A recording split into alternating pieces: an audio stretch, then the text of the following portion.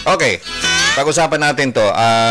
Lagi itong nagiging issue sa mga magkakaibigan, magkakapamilya. Huwag po natin i-normalize yung ugali na uubligahin natin or i-guilt trip ang ibang tao na tulungan ka.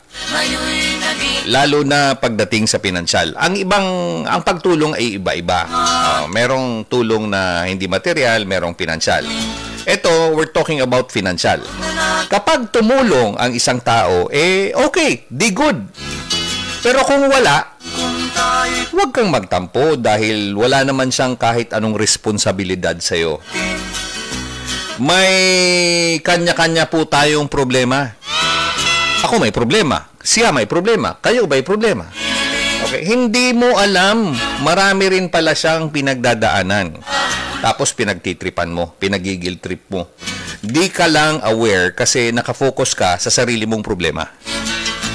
At the same time, bago po tayo manghingi ng tulong sa ibang tao, make sure na gumawa ka muna ng paraan sa sarili mo. Ginawan mo muna ng paraan. At hindi nag-work, hindi na solusyonan, saka ka humingi ng tulong sa iba.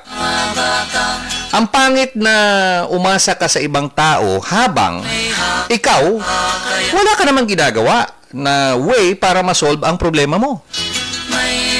Tandaan nyo po, hindi po sa lahat ng panahon merong tutulong sa atin, merong tutulong sa inyo, kaya ikaw mismo kailangan tulungan mo yung sarili mo. Exhaust all possibilities muna para masolve mo ang problema mo. Pag hindi na, saka ka humingi ng tulong. Pero kung matulungan ka, good, well and good, kung may pangtulong. Pero kung wala at hindi naman kayang tumulong ng isang tao, ikaw na mismo magpasensya. Hingi ka ng tulong sa iba hanggat may tumulong sa'yo. Okay, sana po malinaw yan. Huwag nating inonormalize yung ugali na uubligahin natin yung ibang tao, i-guilt trip natin yung ibang tao na tulungan ka. Kasi iiyak-iyak ka pa. Lalo na pagdating sa pinansyal na aspeto. Ha?